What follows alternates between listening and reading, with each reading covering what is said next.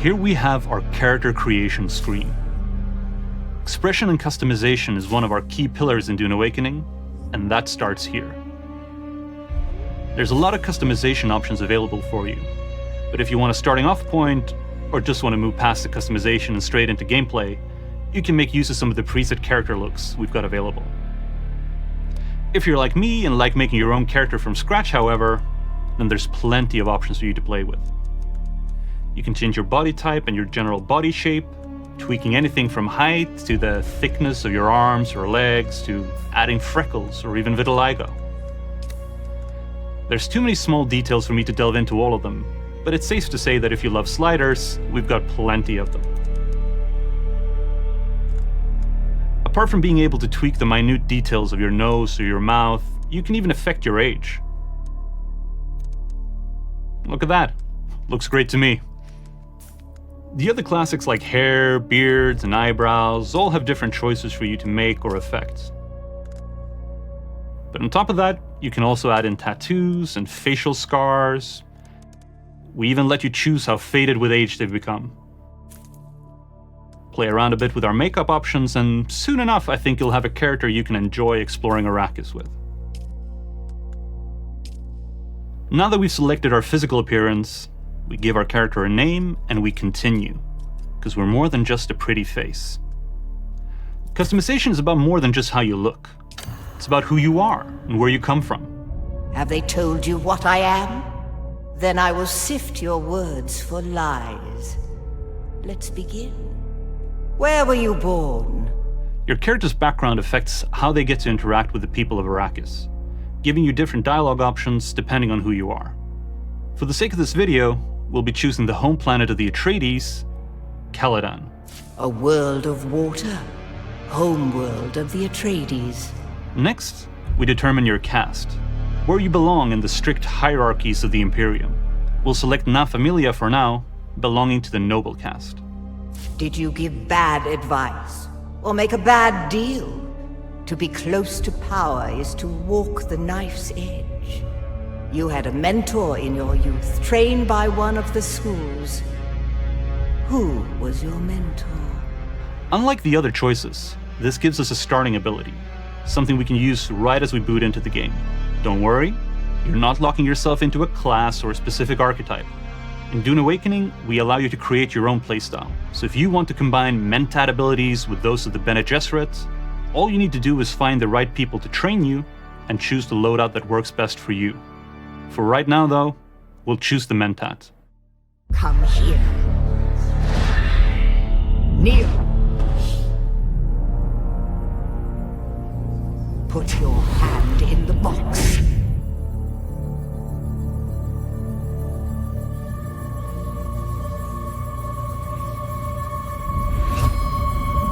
I hold at your neck the Gonjabar, the high-handed enemy. Don't pull away or you will die. Great plots are afoot in the Imperium, and the currents of intrigue run deeply. Arrakis is the key, and the Fremen are missing. You will go to Arrakis as our agent, prisoner. You have one task. Find the Fremen, wake the sleeper. You will know when it is done.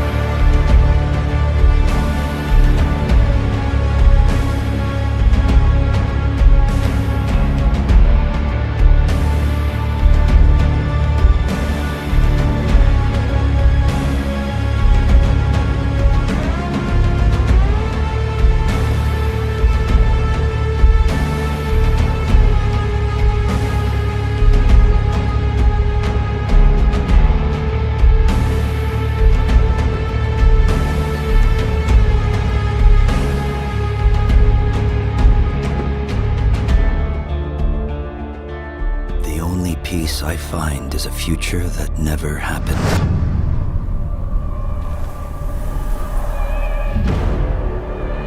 One where I, Paul Atreides, was never born.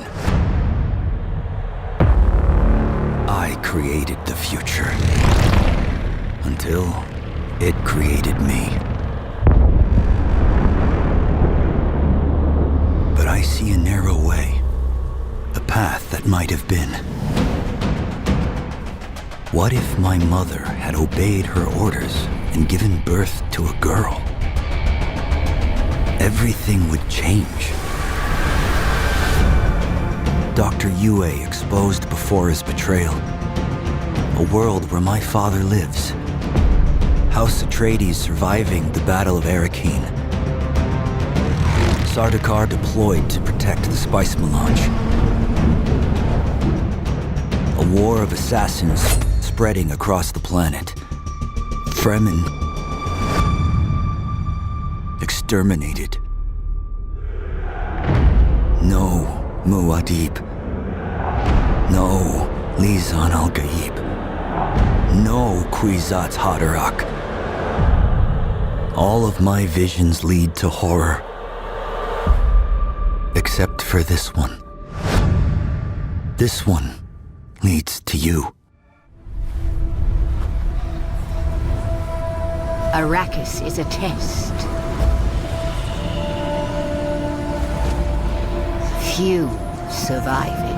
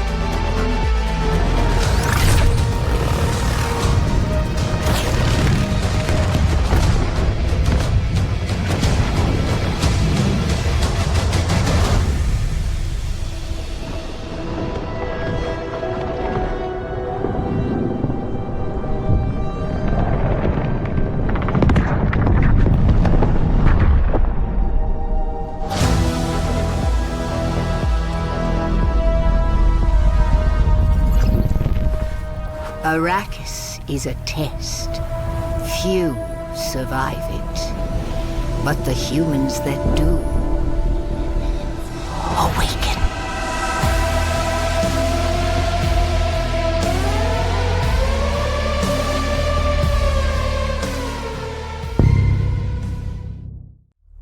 I have a dream. It starts in the desert. You cling to life. You find others, friends. You wander the dry, dirty streets of civilization. In the ancient halls of the testing stations, you find answers. You seek the secrets of the ever-shifting sands. Spice.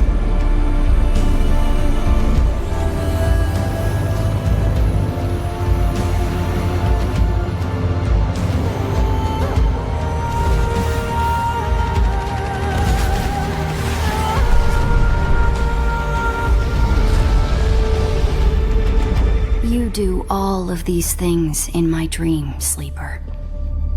I am terrified of what happens when you awaken.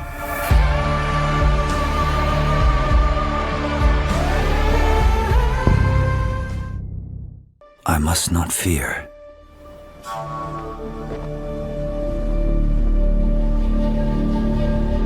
Fear is the mind killer.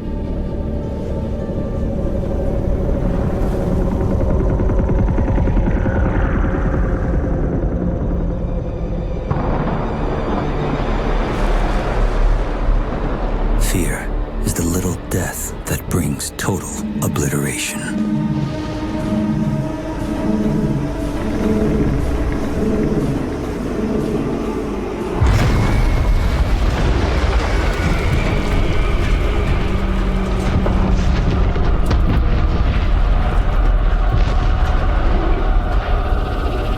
I will face my fear.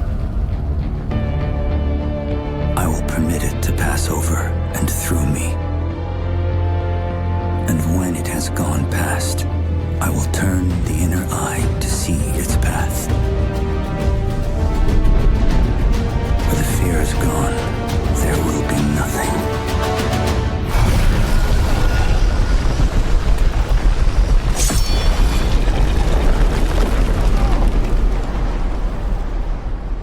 Only I will remain.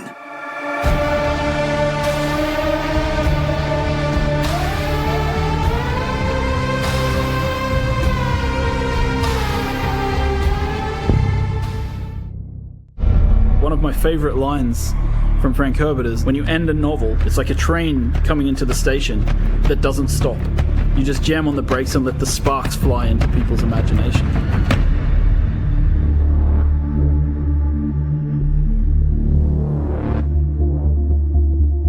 Arrakis is a test, is what the Fremen say. And the player comes right into the heart of that test. Dune Awakening is a survival game at the base level. And it begins like a traditional survival game, you know, like you're looking for water, you're looking for shelter. You know, where will you find water in the desert? Will you take it from others? So when we talk about survival, sure, we start with the basic kind of survive. And then when you've survived long enough, it's now time to think about political survival and how you progress within the universe. The approach we take when building a world like Arrakis is we kind of have to think about where are the stark lines and how do we draw these epic spaces? How do we make them feel huge and the player feels dwarfed by everything they see around them? The intention was every time we saw the desert, it was highly brutal, and if you went out into the desert without the right protection and without the right knowledge, that it was sure death. If we looked at references from some of the hottest deserts in the world, the visuals that we saw from those deserts weren't enough. We needed this world to be even harsher. So we've been working with Legendary since the very beginning. They've been very generous with sharing with us assets from the film and allowing us to see things from the film and allowing us to really understand the vision that Denis Villeneuve has for the world and his characters and the way he's grounding Arrakis. But of course, a game is a much larger scale, so we need to expand upon that vision. We have our own army of concept artists who are sending things back and forth with Legendary all the time. One of my best moments on this project so far actually was I got to go and visit the set of the first film with a group of the people from Funcom, the art directors, the lead artists, and we got to walk around in the actual sets that they had built in classic old school set building, massive palaces, and we got to look at the ornithopters from the inside and the outside, right? We got to walk around them and get a sense of their scale. Well, I think what they had done really well is they'd been quite inspired by the world that we had built in Dune Part 1. Now, on a film, you're sort of led on a journey by the director and by the script, whereas in a game, you have the opportunity to sort of create your own narrative and create your own journey. The most exciting aspect for me is the fact that you can take what you've enjoyed and loved and you can build your own stories and your own places. And that to me is the ultimate goal, is to have, you know, complete control. Using Unreal 5 to create a game is obviously one of the better choices. Unreal 5 gives us flexibility through the blueprinting system. It allows us to handle amazing graphics through the rendering system, the lighting system, such as Lumen. Lumen technology allows proper light bouncing. If I had to say one thing in the game that really benefits from Lumen, it's player-crafted spaces. In our case, it's like you build a room and you place a window, and the window lets in natural light, and the light will fill the room in a way that feels real. And that technology hasn't existed before. Before Unreal 5, in the olden days, you had to use what we called the LOD system. And that meant that you had to create assets at different LOD levels, so it doesn't slow down everybody's computer. With Unreal 5, we have this new technology called Nanite that breaks things down into the right amount of polygons at the right distance. So for us, as a company, this has made an amazing difference to the visual detail of the world. It allows us to create one really amazing looking cliff piece, for example, and then doesn't matter how far away or how close we place it, it performs well and it looks great. where Unreal worked for us on Dune was that it was a fantastic pre-production and planning tool.